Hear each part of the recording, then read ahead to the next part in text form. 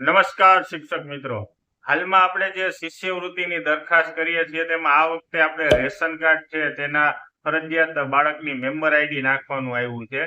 એમાં અમુક વિદ્યાર્થીઓમાં એવું હોય છે કે આપણે રેશન કાર્ડ છે ઈ કેવાયસી ફરજિયાત હોવું જરૂરી હોય છે, તો જ આપણે શિષ્યવૃત્તિનું નેક્સ્ટ સ્ટેપમાં જઈ શકીએ છીએ, બાકી ત્યાંથી સ્ટોપ થઈ જાય છે.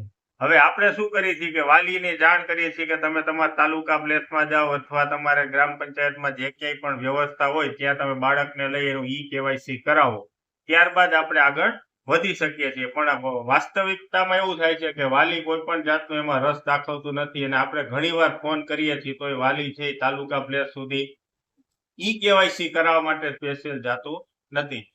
તો એનો એક સરળ રસ્તો છે એ આપણે ગોઈતો છે કે તમે તમારા સ્કૂલે બેઠા બેઠા તમે તે બાળકનું ઈ કેવાયસી રેશન કાર્ડમાં છે તે કરી શકશો. એના માટે ફક્ત બે જ વસ્તુની જરૂર છે. બાળકનું એક તો આધાર કાર્ડ હોવું ફરજિયાત છે અને આધાર કાર્ડની અંદર મોબાઈલ નંબર લિંક કરેલો હોવો ફરજિયાત છે. જો આ બે વસ્તુ હશે તો તમે તમારા બાળકનું ઈ કેવાયસી છે તે સ્કૂલે બેઠા કરી શકશો. તો તેના માટે એક સરસ મજાની એપ છે.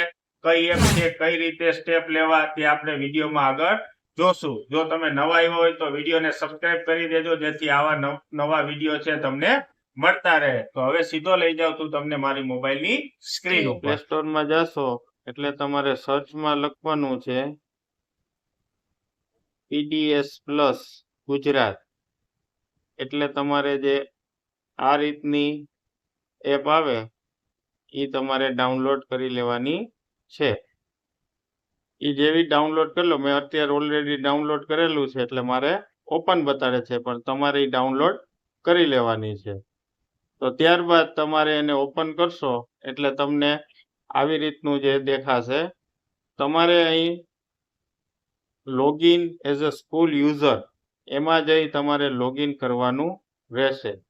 તો તેની અંદર તમે જેવા લોગિન કરશો એટલે અહીં તમારે જે છે સ્કૂલ આઈડી, એમાં તમારે સ્કૂલનો તમારો ડાયસ કોડ લખવાનો છે અને અહીં તમારે જે આચાર્ય છે તેનો મોબાઈલ નંબર. ત્યારબાદ તમારે અહીં જનરેટ ઓટીપી એના ઉપર ક્લિક કરવાનું રહેશે. તમે જેવા તેની ઉપર ક્લિક કરશો એટલે તમને ઓટીપી આવશે.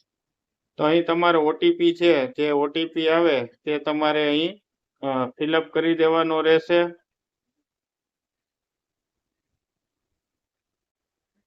તમારું જેવું ઓટીપી નાખશો એટલે તમને આવી રીતનું બતાડશે. તો ત્યારબાદ તમારે અહીં જે આપ્યું છે આધાર ઈ કેવાયસી તેના ઉપર ક્લિક કરવાનું રહેશે. ત્યારબાદ તમારે લોકેશન છે તે અનેબલ કરવાનું રહેશે. ત્યારબાદ અહીં તમને એક એપ આપી છે કે ડાઉનલોડ આધાર ફેસ એપ, તે એક ફરજિયાત તમારે પાછી ડાઉનલોડ કરવાની રહેશે. એટલે ત્યાં તમારે જેવું ક્લિક કરશો એટલે પ્લે સ્ટોરમાંથી મારે ઓલરેડી ઇન્સ્ટોલ છે એટલે બાકી તમારે ત્યાં ડાઉનલોડનો ઓપ્શન આવશે એટલે તમારે ડાઉનલોડ કરવાનું. ઓપન નહીં થાય, ડાઉનલોડ થઈ જાય એટલે તમારે સીધું એમાંથી બેક આપી દેવાનું. ત્યારબાદ તમારે નીચે આવી જવાનું છે. ત્યારબાદ આ બોક્સને ક્લિક કરી દેવાનું છે અને ગેટ ડિટેલ્સ છે તેના ઉપર જવાનું છે. હવે તમારે અહીં સૌ પ્રથમ રેશન કાર્ડ નંબર, જે બાળકનું તમારે વેરિફિકેશન કરવાનું છે તે બાળકનું ration card number, member ID નથી નાખવાનું. તમે અહીં XYZ જે રેશન કાર્ડ નંબર નાખશો ત્યારબાદ તમારે અહીં ગેટ કાર્ડ મેમ્બર ડિટેલ છે તેના ઉપર ક્લિક કરવાનું રહેશે. એટલે તમને જેટલા સભ્યો હશે તે બધાય સભ્યો બતાડશે. ત્યારબાદ તમારે જે બાળકનું કરવાનું છે તે બાળકના નામ સામે ક્લિક કરવાનું રહેશે. ત્યારબાદ તમારે તે ક્લિક કરી અહીં નીચે do Aadhaar e KYC this number, તો તેના ઉપર ક્લિક કરવાનું રહેશે. અને સંમતિ આપું છું કે અને જનરેટ ઓટીપી કરવાનું રહેશે. એટલે તમારે એના આધાર કાર્ડ સાથે મોબાઈલ નંબર જે લિંક હશે તેના ઉપર તમારે ઓટીપી ત્યારબાદ વેરીફાઈ ઓટીપી કરવાનું રહેશે.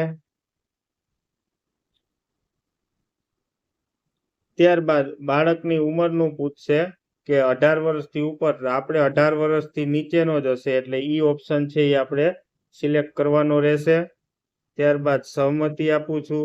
ત્યારબાદ વાલીનું નામ, વાલીનો સંબંધ અને વાલીનો મોબાઈલ નંબર, આ 3 વસ્તુ આપણે નાખવાનું રહેશે. ત્યારબાદ મોબાઈલ નંબર તો આપણે વાલીનો તે સિલેક્ટ કરશું અને જનરેટ ઓટીપી કરશું. તો ત્યારબાદ ફરીથી એકવાર ઓટીપી આવશે, તે ઓટીપી આપણે અંદર એડ કરવાનો રહેશે. ત્યારબાદ આપણે જે એપ ડાઉનલોડ કરી હતી તે એપ ચાલુ થઈ જશે અને અહીંયા તમારે બાળકનું છે તે ફોટો રાખી અને તમારે એની સામે જ્યારે ગ્રીન લાઇટ આવે ત્યારે તમારે બ્લિંક કરવાનું રહેશે. જેવું બ્લિંક કરશો એટલે તમારું વેરિફિકેશન છે તે સક્સેસ થઈ જશે. તો ત્યારબાદ રેશન કાર્ડ નંબરમાં તમને આવી રીતનું બતાડશે અને જે તે મેમ્બરને છે તે તમારી કન્સર્ન્ટ ઓથોરિટીને વયું જશે અને તે એપ્રૂવ કરી દેશે એટલે તમારું ઈ કેવાયસી સક્સેસફુલી થઈ જશે.